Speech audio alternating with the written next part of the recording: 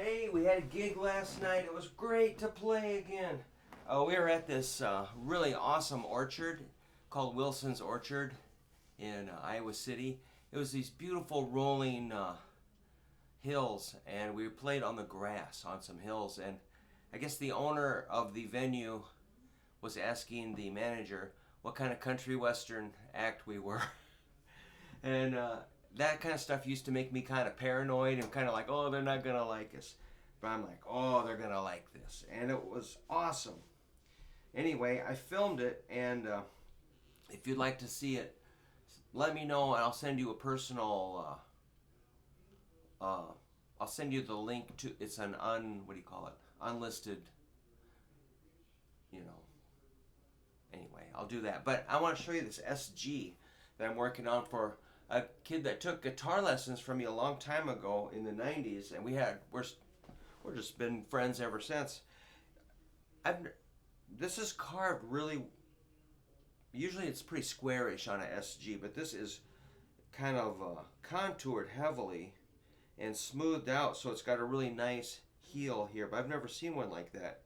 It looks almost like a seam is there, or pieces of wood were joined. It's cracking a little bit.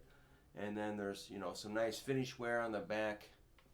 So this is a black SG. Looks like we've got some gold hardware here and gold tuning pegs. Those are Grovers. And kind of a heavier feel. I've never seen one with white primer showing through like that either. Got some nice neck wear there, and the frets are worn down. So the problem was a nut slot was too low for the D string, so I filled that in with some baking soda and super glue, and then just filed it a little tiny bit, and now the string is sitting perfectly. This pickup was too low, this one's too high, so I kind of equaled them so the volume is the same. Looks like we got volume, master tone. So I was going to show you a little bit of an AC/DC song. No, do you recognize this?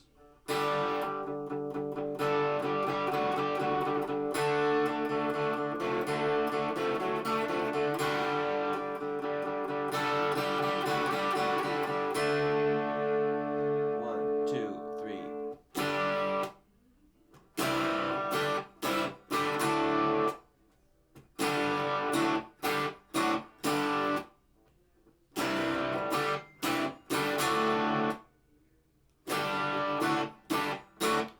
And then the chorus.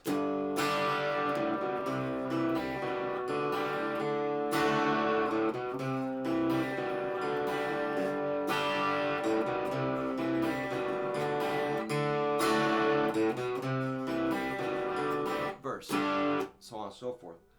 So the intro, if you're interested, is the way I do it. Might not be the official version, but I really don't care, because usually I'm playing like one guitar for a band, covering a band that has two guitars, so I'm trying to make it sound the best I can. So I'm going to modify, do my own thing.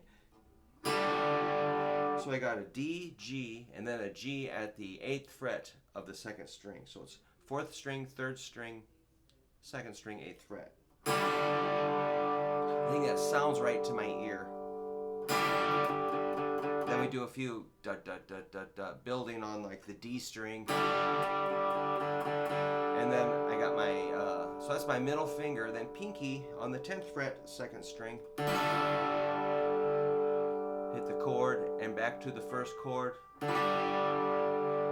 then, so that's pinky, middle, then A, G, and then my index goes to 7th fret, 2nd string. So that's...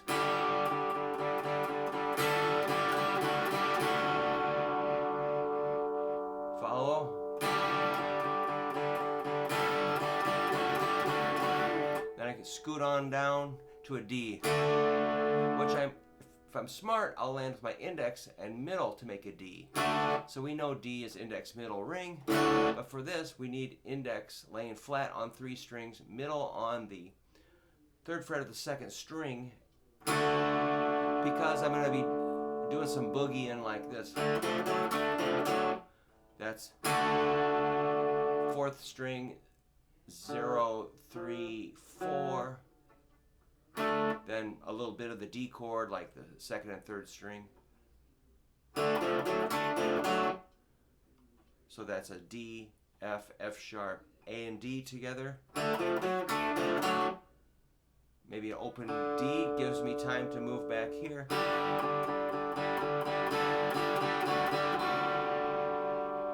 Kind of forget there's a couple little notes in there. All right, I'm gonna play it, not think about it so hard. I might go. That maybe that's third string, 7th fret, D going down to A. That sounds pretty good. You know, this is mainly played in small bars next to a dartboard. Slide the pool table over. You know, in an old bar in a tiny town. That's kind of where we played, and people would go nuts for this. And we did that for 20 years.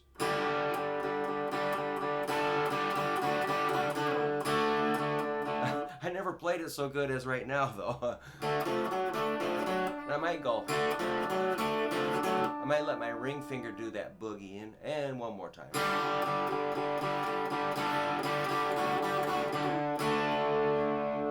For a bar band, that's plenty good. And then it's just G, C, G, C, G, D, G, D, G, D. These are pretty much cowboy campfire chords, except for AC/DC. To make the G sound extra cool, you do pinky ring on the 2 skinny strings, 3rd fret, the G and the D, middle on the G on the 6th string. Let your index just hang out, because your middle finger is going to block out the A string. It's going to touch it slightly and dampen it so it doesn't ring. And that's a G5, and that's the way AC/DC does the G quite a bit.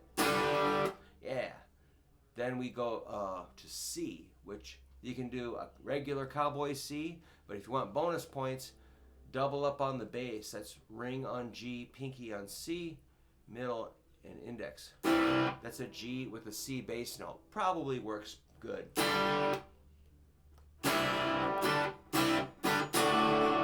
And then you get a D there. It sounds clunky to play it slow. And then you go G, D, G, D, G. When you do the G, D, G, D, keep your ring finger planted on the D note on the 2nd string, 3rd fret. So you're just kind of pivoting off of that note. Otherwise, check yourself and see if you're going, and you're like, I'm not fast enough. Well, you got to listen to old Brookie. I'll give you the tricks so you can be, sneak your way through it.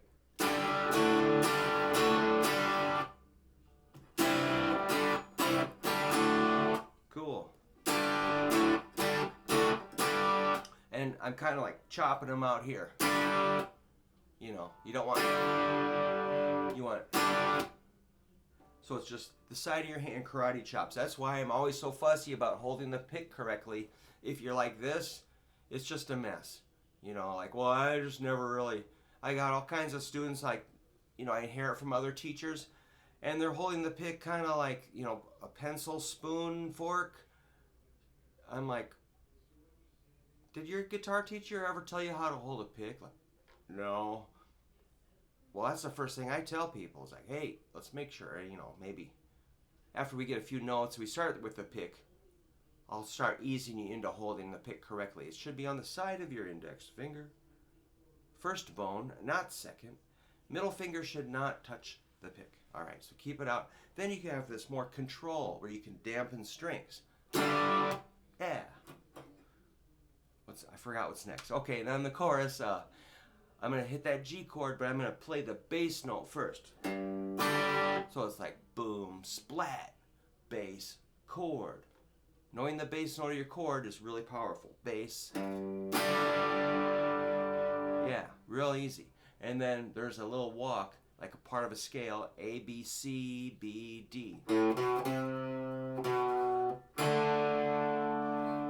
Then A, B, C, B, A, G. So these are G, open A, B, 2nd fret, 5th string, C, 3rd fret, 5th string, open D, 4th string. You gotta know all those. So it's bass. Kind of rake it like, not, it's not just chop. It's more of a bring, which is beautiful, really. versus, you know, I think. Then your A, B, C. Now your fingers should form a C chord there. Then you're going to arpeggiate through the chord, da, da, da, through 3 strings. That's 5th string, 4th string, 3rd string.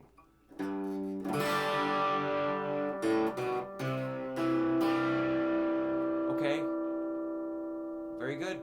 Now take your middle finger, keep the C in your mind. We're going to change it a little bit. Ring finger will pick up, middle finger's going 1 string over to 2nd fret. But index can stay in place. And then that note will keep ringing a little bit. I don't know if we're even hitting it, really.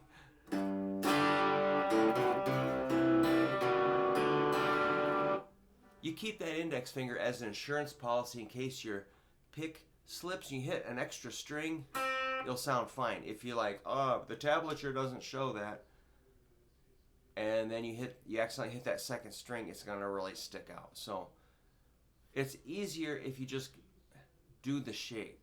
Do the full shape. Don't just do the little partial. You know, the tab might say. Then I can hear that B string kind of vibrating. And especially if you got a loud amp that's distorted, it might start feeding back. And you just want that index finger there, because you might end up with a feeding back B that's going to sound completely stupid. So keep your finger in place. Even though we're not hitting the 2nd string. Keep that index there. Middle goes over. That's 5th string, 4th string, 3rd string, B, D, G. Then go to a D chord.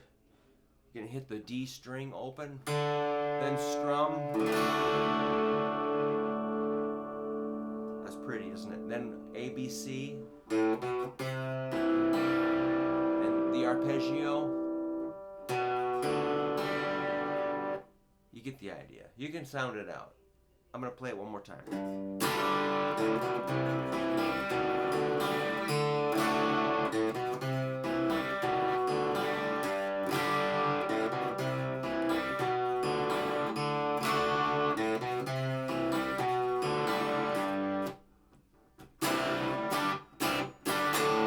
Yeah. What I used to do on that song, you gotta remember I'm a pretty wild little dude here. If I see a guitar player friend of mine, I used to have a wireless, which is completely dangerous for me because I get completely out of control. Up on tables, up on bars, going outside in the parking lot and everything, you know. But if I see a guitar player friend of mine, I would march right out with that wireless and hand them the SG right before the solo. Take it, Matt. Take it, Steve. And, you know, and then I just go to the bar and get some more beers. I'm like, hey, you guys got it. It was fine. We used to do that a lot. We'd show up at another band's gig, and we're like, mind if we sit in? And we'd get up there and play like 2 or 3 songs and then go to another bar or something. And if another band showed up, like, hey, dudes, get up and play a few tunes. Or, you know, it was we had a lot of friends back then. When we used to do a lot of fun stuff. But, you know, now I stay home a lot. But I did rock last night. All right, very exciting. SG, it's black, like my soul, with gold hardware. Except the pickups, looks like the pickup screws are a little bit gold, so these might have got worn down. Anyway, it's kind of an interesting guitar. It's got kind of a weird knob there. I wonder if he wants a... Anyway, I'm fixing this for a guy, and I thought I'd test that. If it can do AC/DC like that... I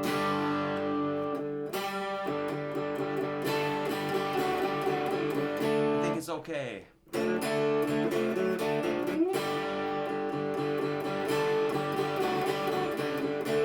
Well, when we used to play that song, it's like, should we do it now? You know, meaning, let's fill up the dance floor with hot chicks. It's like, sure. It's like pushing the button and it's like, woo, the place would explode. Those were the good old days. All right, I'm out of here. Get practicing.